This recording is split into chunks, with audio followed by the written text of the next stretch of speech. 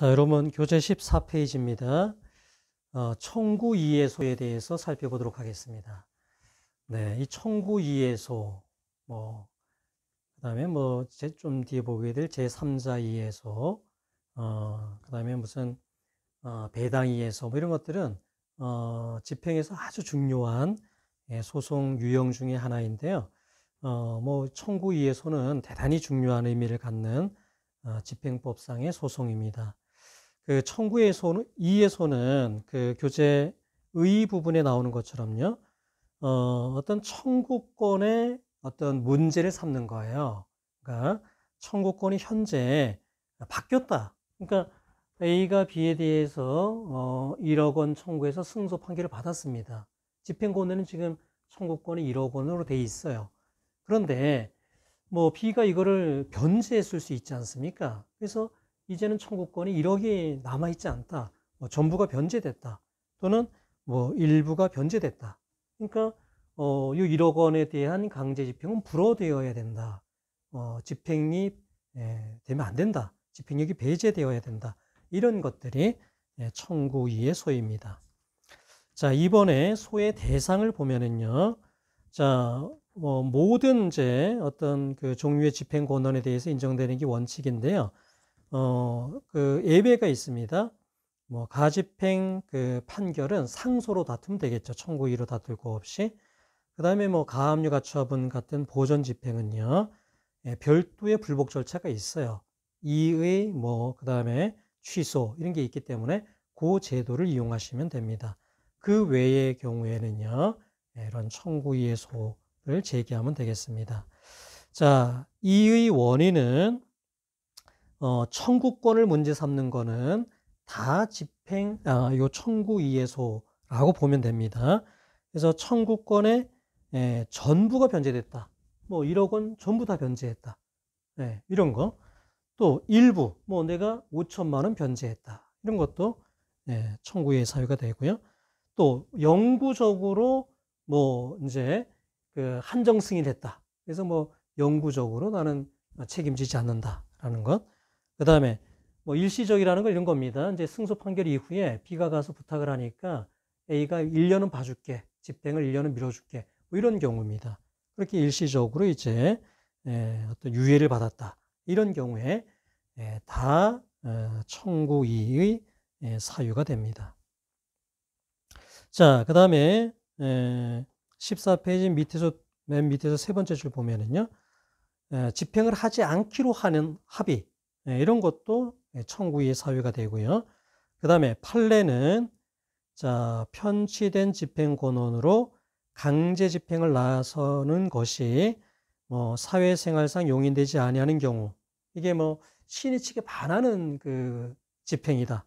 그런 경우에도 청구이의 사유로 보고 있습니다. 그래서 이 판례가 이제 중요한 이유는 뭐냐면은 우리가 좀 뒤에 이제 배우겠지만은 청구 이의는요, 어떤 제한이 있습니다. 사유가. 그러니까 변론 종결 전의 사유는 원칙적으로는 청구 이의 사유가 안 돼요. 기판력 때문에요. 변론 종결 이후에 어떤 사유만 청구 이의 사유로 삼을 수가 있는데, 요 판례, 그러니까 이게 집행이 도저히 신의 직상 받아들이기 어려운 집행이다.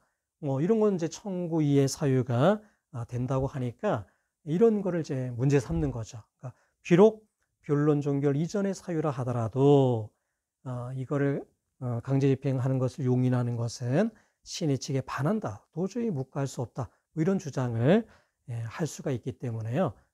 이런 주장을 하는 경우들이 종종 있습니다.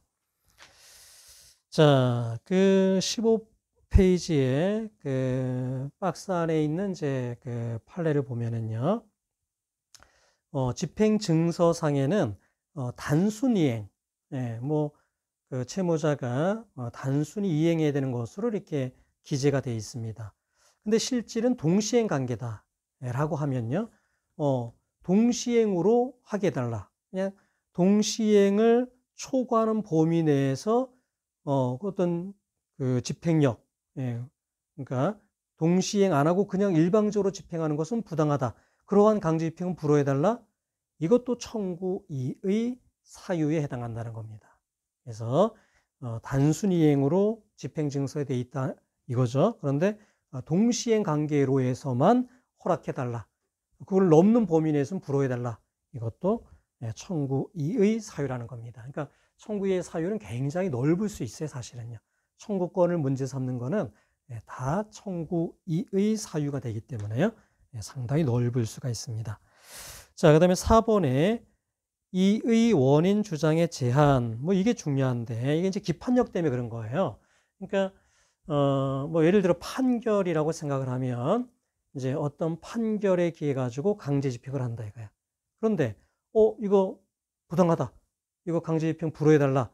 라고 그냥 뭐 아무 제한 없이 그렇게 주장할 수 없다는 겁니다. 왜냐하면 그게, 그 판결이 선고될 당시에요. 변론 종결 전에 있었던 사유라고 하면 거기서 충분히 주장해서 다퉈서 이길 수 있었지 않습니까? 그런데 안 다퉈서 그대로 판결이 났다. 그러면 기판력이 걸리는 거죠. 차단효가 생기는 것이죠. 따라서 더 이상 그런 사유를 가지고 청구 2의 사유로 삼으면서 강제집행 부호를 구할 수는 없다는 것입니다. 그래서 변론 종결 이후의 사유만 원칙적으로 청구 2의 사유에 해당합니다. 자, 여러분 그 교재에 보면은요, 15페이지 답은 맨 밑에 있는 건데요. 그러면 형성권의 경우에는 어떻게 했는가? 이제 이게 문제가 되는데요. 자, 그래서 16페이지에 보면은 쌍가루 1번에 뭐 취소, 해제 뭐 이런 경우는 어떻게 되겠느냐 이겁니다. 예를 들어서요, A가 B에게 1억 원 매매대금 청구를 합니다. 자, 요 소송에서 B는요, 취소권을 행사할 수가 있었습니다. 또는 해제권을 행사할 수가 있었어요. 그런데 그러한 권리 행사를 안 해서 A가 그대로 승소 판결을 받았습니다. 자, 그리고 그 승소 판결에 기해 가지고 A가 B의 부동산에 대해서 강제 집행을 신청했다. 그러자 B가 그제서야 내용 증명을 보내요. 매매계약을 취소하겠다. 매매계약을 해제하겠다. 자, 매매계약 취소했으니까 요 매매대금 1억 원 없어졌지. 해제했으니까 요 매매대금 1억 원 없어졌지. 따라서 너가 요거를 강제 집행하는 것은 부당하다. 이렇게 하면서 이제 청구일을 할 수 있겠냐 이거예요. 그러니까 변론 종결 이전에 행사할 수 있었던 취소권, 해제권을 행사하지 않은 거죠. 그러면 차단효, 기판력 때문에 그 이후에 더 이상 B가 이러한 주장을 못하냐 이게. 취소권, 해제권 행사하면서 강제집행 불허해달라는 청구일을 하지 못하느냐라는 문제인데요. 우리 판례는 그렇다, 못한다 이거예요. 취소권, 해제권 행사할 수 있었다면 변론 종결 전에 했어야 된다 이거예요. 전에 했어야 된다. 그게 무효 사유 같은 거 있잖아요. 무효 사유. 그것도 변론 종결 전에 주장을 해야 되잖아요. 그죠? 그래, 안 그러면 이게 기판력이 걸리잖아요. 차단효가 걸리잖아요. 그렇다면 당연히 취소, 해제도 변론 종결 전에 했어야 된다 이거예요. 그래서 그 이후에 이렇게 뭐 내용 증명 보내서 취소권, 해제권 행사하면서 청구의 사유로 삼는 것은 부당하다라는 것이 우리 판례의 입장입니다. 자, 그 다음에요. 쌍가루 2번에 그럼 상계는 어떠냐 이거면 상계. 자, A가 B에 대해서 1억 원 대여금을 이제 이렇게 청구했다라고 생각해 보세요. 자, 그런데 B도 A에 대해서 1억 원 반대 채권을 가지고 있어서 상계를 할 수가 있었는데요. A의 요 대여금 소송에서는 상계를 하지 않아서 A가 그대로 승소 판결을 받았습니다. 자, 그리고 이제 강제 집행이 들어오는 거예요. A로부터요. 그러자 B가 A에게 내용 증명을 보냅니다. 나도 너에게 1억 원 반대 채권이 있으니 상계한다. 그러니까 이거 없어졌지? 따라서 너가 강제 집행하는 것은 부당하다라고 하면서 청구 이의를 할 수 있겠는가라는 것입니다. 자, 이 경우에는 가능하다라는 게 우리 대법원의 입장입니다. 자, 왜냐면요. 자, A가 이렇게 대여금 소송을 제기했지 않습니까? 1억 원 지급하라라는 소송을 제기했을 때 B가 변론 종결 전에 무조건 요 상계권을 행사해라 이거. 안 하면 기판력에 반한다. 이렇게 하는 거는요. 이건 부당하다 이겁니다. 우리 대법원 입장에서는. 왜 대법원은 그렇게 봤냐면 상계를 하게 되면은요. B의 입장에서는 자기 채권도 없어지죠. 출혈절 항변입니다. 그죠? 따라서 B가 상계를 할지 안 할지는 B의 자유로운 의사에 의해서 결정할 수 있도록 해야지 반드시 변론 종결 전에 결정해라. 이렇게 강제할 수는 없다는 겁니다. 따라서 변론 종결 이후에 상계를 했다 하더라도 그것은 가능하기 때문에요. 1억 원 채권은 변론 종결 이후에 상계에 의해서 소멸한 것이죠. 따라서 이거는 변론 종결 이후에 사유가 되는 겁니다. 따라서 청구 이의 사유가 된다라는 게 우리 판례의 입장입니다. 자, 그 다음에 소송 절차를 보겠습니다. 자, 청구 이의소는요, 집행권원이 성립하고 유효하게 존속하고 있는 이상에는요, 집행문 부여 전이라도 제기할 수 있습니다. 당연히 그렇겠죠. 그러니까 지금 승소 판결이 나 있다 이거야. A가 1억 원 승소 판결을 지금 받은 상태다 이거야. 그거를 이제 변제를 한다든가 해서 어떤 청구권에 변동이 생겼다라고 하면 언제든지 청구 이의를 해서 집행으로부터 벗어날 수 있도록 해야 됩니다. 이게 집행문 부여 전이냐 후냐 이런 게 중요한 게 아니죠. 자, 그런데 중요한 게 세 번째 줄에 보면은 전체로서의 강제 집행이 끝나 채권자가 권리의 만족을 얻은 이후에는 청구 이의소를 제기할 이익이 없다. 집행이 끝났다면 더 이상 못합니다. 이게 청구이의, 제3자의 다 마찬가지예요.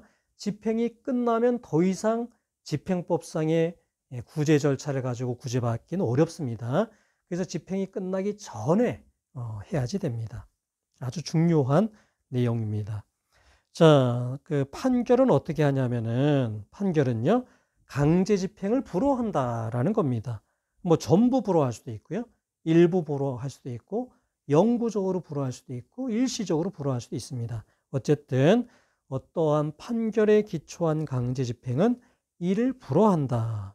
이런 식으로 판결을 선고하게 됩니다. 자, 17페이지입니다. 자, 잠정처분 우리가 강제 집행 정지 부분에서 살펴봤는데요. 강제 집행은요, 내가 청구 이의소를 제기했다고 해서 그냥 정지되진 않아요. 그러니까 예를 들어서 A가 B에 대한 1억 원 승소 판결을 받았습니다. 변론 종결 이후에 B가 A에게 1억 원을 변제했습니다. 근데 A가 강제 집행 들어와서 이거를 청구 이의를 했다 이거예요. 청구 이의를. 자, 청구 이의소를 제기한 것만으로 강제 집행이 정지되지 않습니다. 청구 이의에서 승소한 판결을 제출해야 집행이 정지가 됩니다. 그런데 청구 이의가 오래 걸릴 수 있잖아요. 그래서 이런 경우는 어떻게 되냐면은 잠정 처분을 받아야 돼요. 잠정 처분. 그러니까 청구 이의소가 판결될 때까지 잠정적으로 강제 집행을 일시 정지해 주십시오라는 것입니다. 그렇게 하면 법원에서는 그냥 정지는 안 해주고요.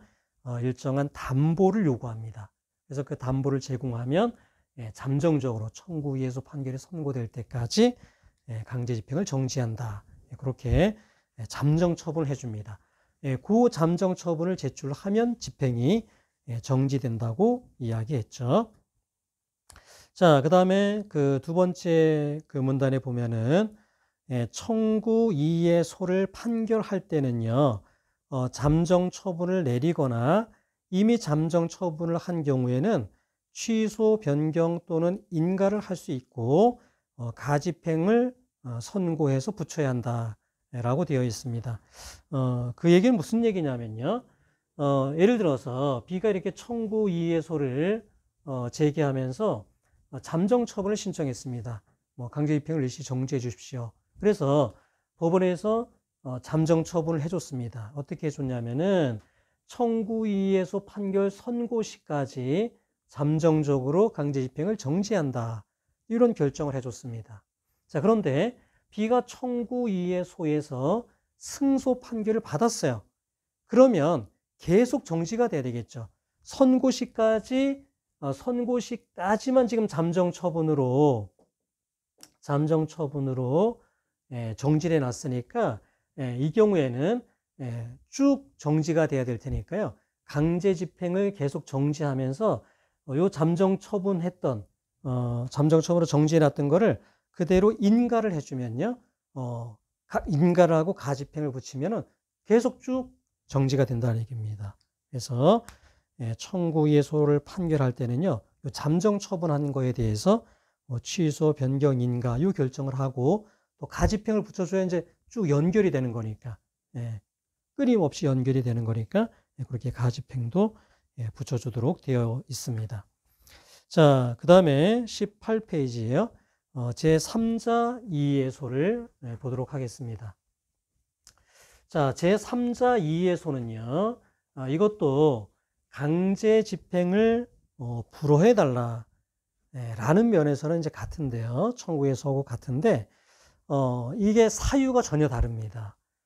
청구 이의소에서는 집행 권한상의 청구권을 문제를 삼았잖아요. 근데 제3자 이의소에서는 그 청구권을 문제 삼는 것이 아닙니다. 뭐 예를 들어서 A가 B에 대한 1억 원 채권에 기해 가지고 보니까 B가 점유하고 있던 어떤 물건이 있습니다. 그래서 여기에 대해서 강제 집행이 들어왔어요. 그런데 이 C가요. 그건 내 거다. B의 소유가 아니라 내 소유다. 라고 주장하면서 그 물건에 대한 강제 집행은 부당하니 불허해달라. 이게 제3자 이의소입니다. 그러니까 제3자 이의소에서는 문제되는 게 뭐냐면 그 물건이 채무자께 아니다. B께 아니고 내 거다. 내 소유다. 이거를 문제 삼는 겁니다. 요 청구권을 문제 삼는 건 아닙니다. 청구권을 문제 삼는 거는 청구 이의소고요.